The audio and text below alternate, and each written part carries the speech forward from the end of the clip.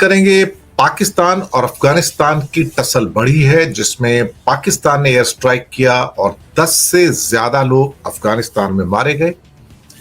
अब अफगानिस्तान का कहना है, यानी कि तालिबान रजीम का कहना है कि इसका बदला लिया जाएगा, पाकिस्तान तैयार रहे। तो मामला ड्यूरेंट लाइन के ऊपर ठंडा होने का नाम ही नहीं ले रहा है। सऊदी के आर्मी चीफ पाकिस्तान पहुंचे हैं।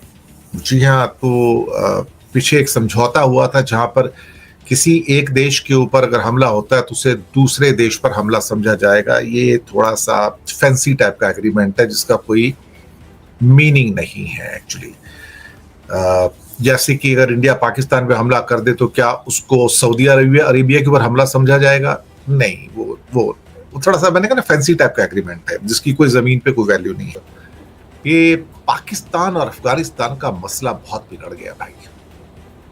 दोनों इस्लामिक मुल्क हैं और दोनों के बीच में जो ड्यूरेंट लाइन का जो कॉन्फ्लिक्ट है, और खास तौर से पाकिस्तान के इल्जाम की जो टीटीपी है, तहरीके तालिबान पाकिस्तान, वो हमारे ऊपर हमला करता है। अभी जो पेशावर में हमला किया था उसमें करीब कई सोल्जर्स पाकिस्तान के मारे गए। उसके जवाब में जो कार्रवाई हुई है वो पाकिस्तान की ओर से हुई, जिसमें करीब करीब 10 लोगों को एक्चुअली बमबारी के अंदर मार दिया गया। अब इसको तालिबान के जो स्पोक्स पर्सन हैं, जबीउल्लाह मुजाहिद, ये इनका भी कंफर्मेशन है कि 9 बच्चे मारे गए हैं और एक लेडी मारी गई। टोटल 10 हैं और हो सकता है कई लोग घायल भी हैं काफी हद तक। ये बताया गया कि पाकिस्तान ने एक खासतौर से खोस्त प्रोविंस के अंदर वहां पर हमला किया और फिर उसके बाद तालिबान के रजीम ने इसका काफी कंडेम किया है और कहा कि ये वायलेशन है, उनके एयर स्पेस का वायलेशन है, उनके लोगों का जो सुरक्षा है उसका वायलेशन है। और इसके अलावा कुनार और पक्तिका के बॉर्डर इलाकों में भी हवाई हमलों में 4 और लोग घायल हुए, खासतौर से ड्रोन से, और सुने कुछ जेट्स भी थे जिनसे हमले किए गए। अब ये चक्कर क्या है अल्टीमेटली? देखिए, पहले पाकिस्तान की पैरामिलिट्री फेडरल कॉन्स्टेबलरी के हेडक्वार्टर को निशाना बनाया, जिसमें कई लोग मारे गए आर्मी के और कई घायल हो गए। किसी ने जिम्मेदारी तो नहीं ली, लेकिन पाकिस्तान टीवी ने कहा कि हमलावर जो थे अफगान थे और प्रेसिडेंट जरदारी ने कोई फितना अल खवारिज को दोषी ठहराया और ये कहा कि ये तहरीक तालिबान पाकिस्तान के लिए वर्ड यूज किया जाता है कि उन्होंने ये किया है और ये पाकिस्तान के अंदर लगातार लोगों को मार रहा है। अब ये बात तो सही है कि जो टीटीपी है वो काफी हद तक वहां पर सुसाइड बॉम्बिंग भी करता है और अटैक भी करता है, लेकिन तालिबान के रजीम में आने के बाद 2021 से ही कहीं ना कहीं पाकिस्तान और अफगानिस्तान के बीच में झड़पें होती रही हैं, रिश्ते बिगड़ते गए हैं। कई बार बीच में इनके सीज फायर की बातें हुई हैं, बातचीत भी हुई है, खास तौर से दोहा में बातचीत हुई, वो फेल हो गई। टर्की में राउंड 1 फेल हो गया, राउंड 2 फेल हो गया, राउंड 3 वो भी फेल हो गया, तो ऑलमोस्ट तीनों राउंड फेल हो गए। तो कुछ भी कामयाब होता वहां पर नजर आ नहीं रहा है।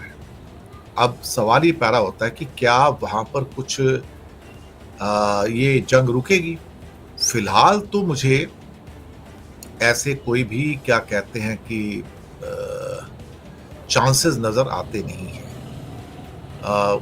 इनका कहना है अफगान की ओर से कि there are reports of multiple attack by Pakistan and Afghanistan Khost Kunar and Paktika province tonight. According to the initial reports, 9 children and 1 woman were killed, and many more civilians were injured in their air attacks by drones and jets also. अब इसके बारे में अब एक warning आ गई है। अब अफगानिस्तान की वार्निंग आई है, यानी कि तालिबान की वार्निंग आई है। तालिबान का कहना है कि ये जो बच्चों की मौत हुई है, 9 बच्चों की मौत हुई है, इसका बदला लिया जाएगा। अब देखिए, ये तो टसल तो बढ़ती चली जा रही है। कभी कभी तो सोचता हूँ कि दोनों बैठ के जो बातचीत कर रहे हैं तो बातचीत करके मसला सुलझा क्यों नहीं लेते।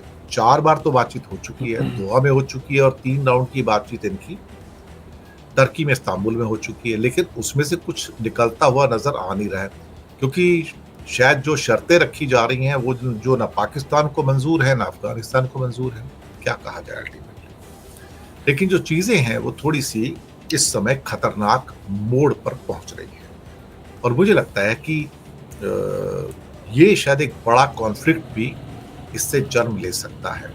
अब क्या प्लानिंग चल रही है वो तो ऊपर वाला ही जाने, लेकिन जो हो रहा है वो थोड़ा सा दुखद है कि मासूम बच्चों की भी वहां पर मौत हुई है।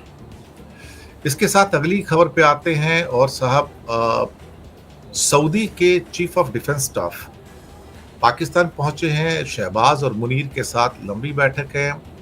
मुनीर की पावर धीरे धीरे बढ़ती चली जा रही है, कॉन्स्टिट्यूशनल अमेंडमेंट भी हो गए हैं।